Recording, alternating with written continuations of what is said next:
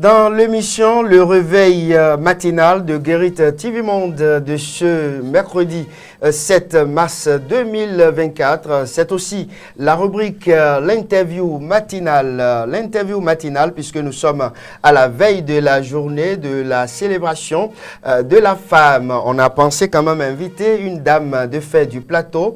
Elle est deuxième adjointe au maire de la mairie d'Ifanyi. Vous imaginez déjà de qui il s'agit bien évidemment. Il s'agit bien évidemment, pourquoi pas, si je peux m'exprimer ainsi, de Maroufat Falola. Voilà. Aladia Maroufat Falola, bonsoir.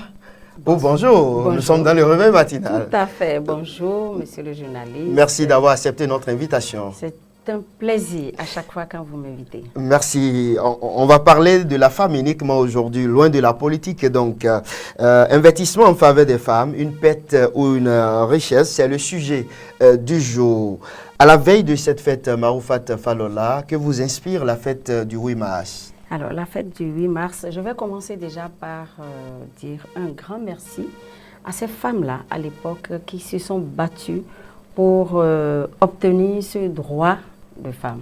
Aujourd'hui, enfin, c'est le 8 mars, c'est la fête des droits de la femme. Les femmes ont revendiqué des droits à l'époque et ça a porté. Aujourd'hui, le monde entier en profite. Par rapport à ça, je leur tire chapeau et je dis paix aussi à leurs âmes.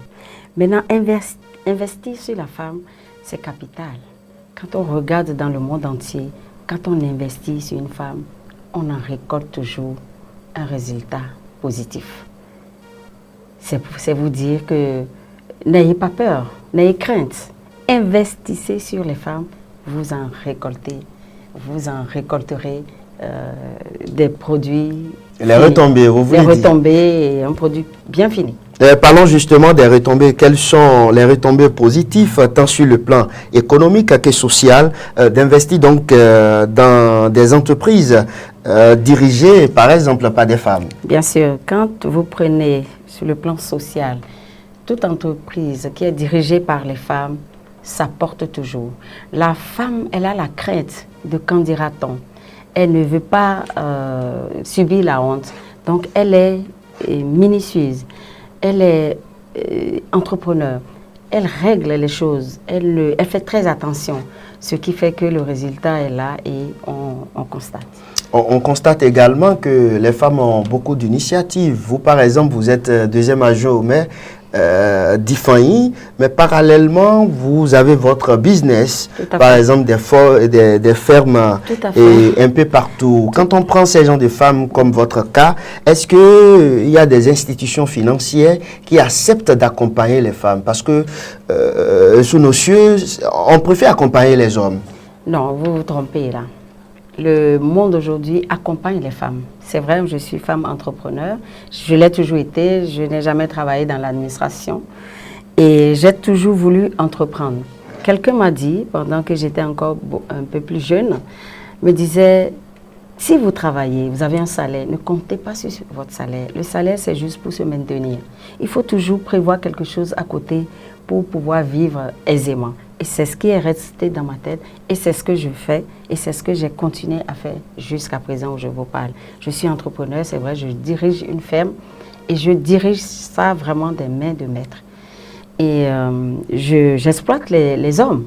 J'exploite les hommes. Au début, c'était un peu compliqué, un peu...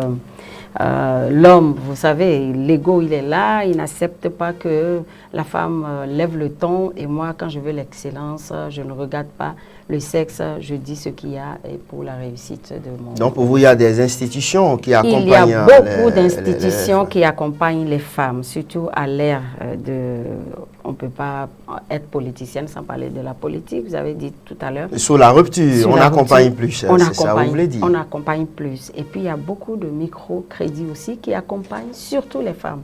Moi, je ne vous cache pas que je suis dans une institution de microcrédit en tant que membre d'un conseil. Nos clientes clés, ce sont les femmes. Nous avons au moins 78% de femmes à qui nous octroyons des crédits. Et vous abandonnez les hommes comme nous? On n'abandonne pas. Les hommes aussi, bon, l'entrepreneuriat, c'est beaucoup plus porté vers les femmes aujourd'hui. Parce qu'elles sont commerçantes. Elles sont commerçantes, elles sont paysannes, elles sont fermières et tout ça, ça crée un ensemble de travail à promouvoir. Donc, on accompagne les femmes. D'accord. Maroufat Falola, vous venez de le dire, nous sommes en politique. Et quelle politique gouvernementale pourrait encourager davantage d'investissement en faveur des femmes dans différents secteurs de l'économie? Qu'est-ce que vous avez à demander au gouvernement? Si j'ai quelque chose à demander au gouvernement, c'est de faire encore un peu plus par rapport au microcrédit des femmes les plus démunies. Je pense que les femmes ont fait leur preuve, elles ont prouvé qu'en leur remettant un minimum, elles peuvent gérer. Donc, si on peut augmenter encore un peu plus, ça fera l'épanouissement de ces femmes-là. Parce que je vis avec elles et je vois ça au quotidien. Nous sommes pratiquement à la fin de cet entretien, mais avant de vous laisser partir, comment mesurer aujourd'hui l'impact réel des investissements en faveur des femmes sur la prospérité économique à nos thèmes? Autrement dit, vous voyez, la femme, certains hommes en griffe, quand on constate que la femme travaille, elle commence à gagner de l'argent, du coup, l'homme évite d'investir ou de dépenser à la maison. Donc la femme se retrouve pratiquement seule. C'est une question d'éducation. C'est une question d'éducation. Un homme qui a une femme qui le complète à la maison, qui travaille, l'homme travaille, la femme travaille, je crois que les deux devraient se compléter. Il ne faut pas que l'homme se dise oui, ma femme elle travaille, non, je ne vais plus donner l'argent de la popote. Ça fausse le calcul à la maison, ça déséquilibre même le foyer. Il faut éduquer les hommes à entretenir un tant soit peu leur épouse, leur sœur à la maison. Avant de vous laisser partir, beaucoup de foyers souffrent aujourd'hui. Et quand on parle de foyer, c'est souvent la femme. Oui. C'est la femme, quand la femme décide que ça se passe bien, ça se passe bien. Oui. Beaucoup de foyers en souffrent aujourd'hui, de mésententes et autres. Qu'est-ce que vous avez à dire à ces différents foyers? C'est pour ça que je vous ai dit tout à l'heure que c'est une question d'éducation. Il faut que l'homme soit éduqué à rester humble, à rester social dans la maison. À ne pas se dire, bon, écoute, j'ai une femme, elle travaille, mais je suis l'homme, tout ce que je dis, ça doit passer. Il faut une cohérence entre l'homme et la femme pour que le foyer soit paisible. Maroufat Falola, nous sommes à la fin de cet entretien sur l'émission Le Meilleur Réveil. Votre conclusion?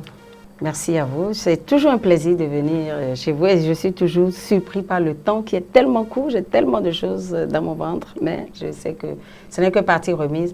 Je voudrais encore dire un merci au gouvernement qui accompagne les femmes. Merci à tous ces hommes qui nous entourent aussi, qui nous galvanise. Voilà, qui nous galvanise et puis nous, à travers cela, nous sommes équilibrés et je pense que... Vous ne voulez pas souhaiter bonne fête aux femmes? Bien sûr que je vais souhaiter bonne fête à toutes les femmes du Bénin, du monde entier. Et spécialement, je vais souhaiter une bonne fête des femmes à une maman qui est très chère à moi. Je vais nommer Madame Rose Pléa. Je l'ai vue il y a quelques jours. Et je sens que... Une dame qui fait du bien. Oui, ça fait du bien. Elle fait beaucoup de bien. Elle fait beaucoup de bien. Même si elle nous oublie ici. Elle ne vous oublie pas. Est-ce que vous êtes en train de confondre peut-être? J'ai parlé de Madame Plia. Vous voulez parler? Ok. Moi, je pensais à Rosika ou quelque chose là. Non. Elle est d'un certain âge. C'est ma maman adoptive. Je suis allée la voir et je la sens partir. Bonne fête à elle. Bonne fête à elle.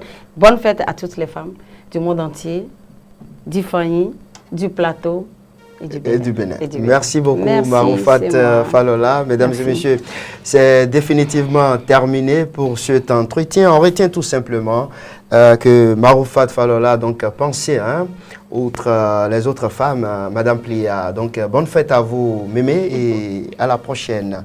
C'est terminé. Nous poursuivons le réveil matinal juste après cette virgule.